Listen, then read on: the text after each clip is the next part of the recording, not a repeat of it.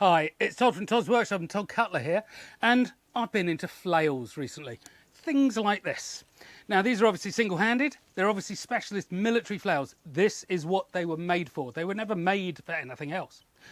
But flails are one of those weirdly interesting things that sort of go in and out of favouritism and popularity.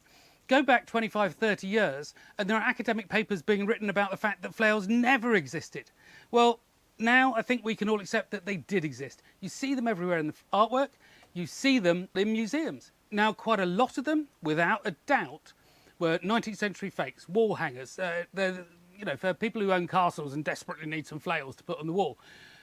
And it's difficult because the manufacturing techniques can be quite similar between 16th century or 15th century and 19th century, so it's difficult to tell what's a fake and what's not.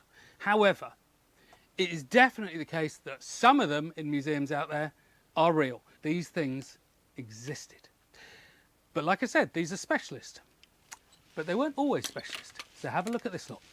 So the agricultural flail, like this one, it's a standard medieval object. Sometimes it was done with leather or rawhide or rope at this linkage here. Sometimes it was done with steel rings. You often see it laid out like this in the manuscripts. It's quite clear that it's steel linkages. Now that makes for, well, it's bad news for the corn. You can beat the heck out of it. And you can beat the heck out of other people as well if that's what you want to do with it. But you can, of course, big it up a little bit.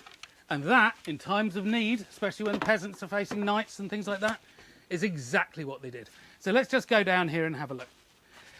So on this one here, somebody has shortened one stick and they've put a longer one on the other one. But the linkage, which is, let's face it, the more complicated thing to make, that has remained the same. So that's a nice basic entry-level flail. Perfect for a peasant revolt, not so good against fellows in armour. Now, you can just add some blacksmith's nails. Nice and simple. And then, of course, you can go back to the blacksmith and say, can you make me a nice little weight to put on the end? But again, nice and straightforward. But the thing about all of these is there's a little secret here. We have got a Tod Cutler flail linkage. It's a new product, it's on the site, go check it out. Because what this allows you to do is to make all these kind of things here. And it's a good basis for every single one of these layles which is here. They've used either both parts of it like this or one part of it like this. So again, you see it with multiple chains. These are fantastic for entangling things. This has got 4 chains, 4 rings on it. You don't need anything when it's swinging at you at 200 miles an hour or whatever that is. It doesn't even have to be sharp. There's enough mass in that to cause real problems.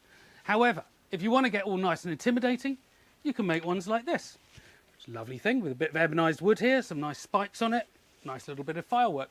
But again, going back, it's using as the basis of that linkage there, the Tod Cutler linkage.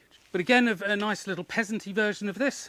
We've got some spikes hammered in here and a couple of collars to stop the wood splitting out. Again, with the 2 standard parts of linkage. And then you couldn't get easier if you want to pop back to the blacksmith and make him something offensive. That one. It's just a simple weight. But then, of course, you have the one of myth and legend. Morningstar? I don't know. But it's a wooden ball here. So I've done one with a steel ball, although that one's hollow. But you put a solid steel ball on here and it's going to be 3 kilos of unusableness. But you put a wooden one in, you can stop it splitting out with the rings. You can put lovely hardened steel spikes in it. Again, this is all like local, I've got a battle tomorrow, what can you make me this afternoon moment stuff. Bit of chain here, bit of linkage and a nice short handle. And that, of course, is done so that it can't engage with your fingers, because that would be daft if it could. But anyway, flails, I am so into them. You are going to see more of these. There's a big, big flail film coming up, and they're all and more going to be part of that. But in the meantime, I hope you've enjoyed this one, and don't forget that these linkages, there you go, the complete unit, are available from Tod Cutler.